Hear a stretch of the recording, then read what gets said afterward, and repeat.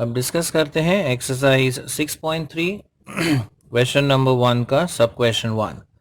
अब यहाँ पर 3 इक्वेशंस दिए हुए हैं, linear equations in x y z, और हमें इन्हें सॉल्व करना है यूजिंग द क्रैमर्स रूल। तो क्रैमर्स रूल के लिए सबसे पहले हम डिटर्मिनेंट फॉर्म करेंगे डी। अब डी में हम लिखेंगे coefficients of x y and z. तो x का कोएफिशिएंट है 1 फर्स्ट इक्वेशन का, y का कोएफिशिएंट है 2, z का कोएफिशिएंट है -1। अब यहाँ पर भी हम कोएफिशिएंट्स लिखेंगे सेकंड इक्वेशन के। सो x का कोएफिशिएंट है 2, y का कोएफिशिएंट है -1 और z का कोएफिशिएंट है 1।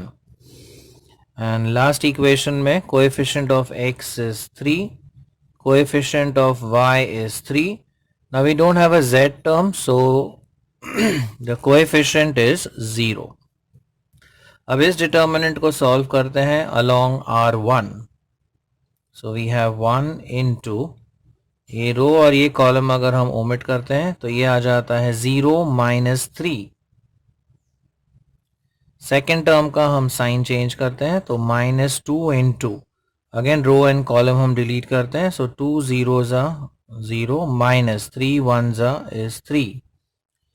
Third term is -1 into again इसका रो कॉलम डिलीट करते हैं। सो ये रहता है 2 3s are 6 and this is -3, तो ये हो जाएगा +3।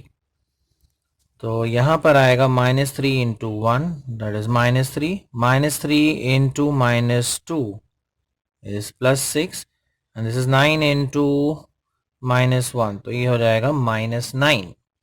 So the final answer for this is -6।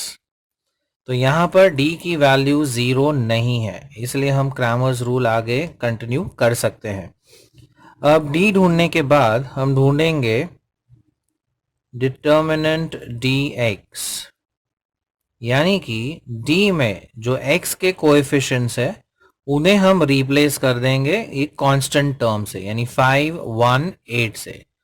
So to obtain dx you replace the x column, right, coefficients of x by the constant terms 5 1 8। तो ये x के coefficients थे 1 2 3, तो यहाँ पर आ जाएगा 5 1 8। ये है coefficients of y, तो वो as it is रहेंगे। एंड लास्ट कॉलम है coefficients of z, so -1 1 0। अब इसे हम सॉल्व कर सकते हैं आगे। So we have 5 into again row and column delete करते हैं। सो दिस विल बी 0, ये प्रोडक्ट आएगा 3, so this will be 0 -3। Second term का हम साइन चेंज करते हैं। सो -2 into ये आ जाएगा 0 -8, 0 -8। Third term remains as it is, यानी -1। इसका भी रो कॉलम गया, सो ये प्रोडक्ट आएगा 3 और ये आएगा -8, so it will become +8।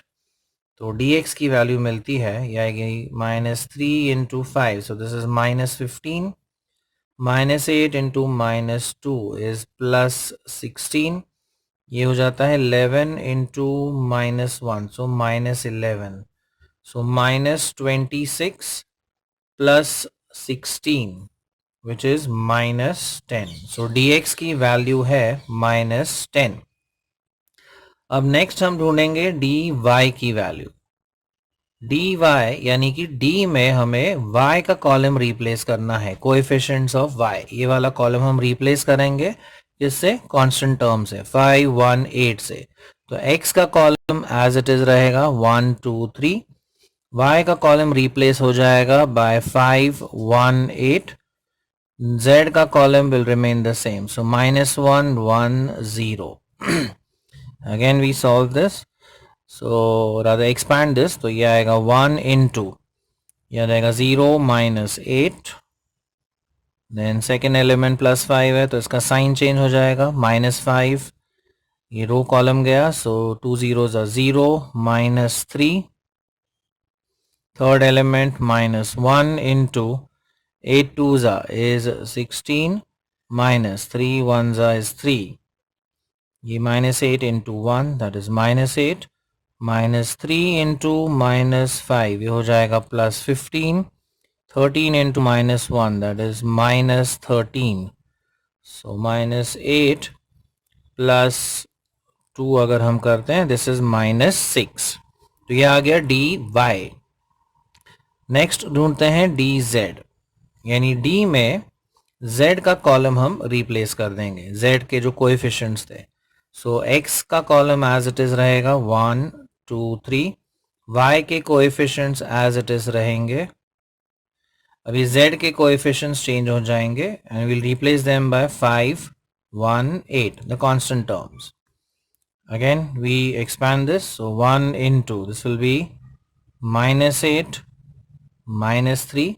Second term का sign change, so minus 2 into 8 2s are 16 minus 3, then plus 5 into 2 3s are is 6 plus 3 हो जाएगा. तो ये हो जाता है minus 11. 13 into minus 2 that is minus 26, and 9 into 5 ये हो जाता है 45. So we have 45 minus 37, तो ये आ जाता है 8.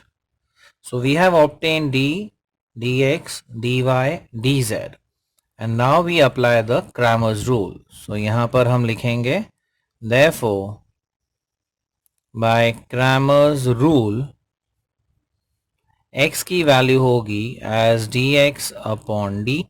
Now dx value is minus 10 और d की वैल्यू है minus 6, तो this would be 5 by 3. y की वैल्यू होगी dy upon d, dy is minus 6 and d is again minus 6, तो इसकी वैल्यू आ जाती है 1. एंड z की वैल्यू है dz upon d, that is 8 divided by minus 6, or it is minus 4 by 3. So this is how we obtain x, y and z using Cramer's rule. Remember Cramer's rule तभी हम use कर सकते हैं when the value of d, this determinant d की value 0 नहीं होनी चाहिए, क्योंकि अगर ये 0 हो गई then we cannot use the Cramer's rule, because here you have to divide by d. So obviously d cannot be 0. So this was an example related to the Cramer's rule.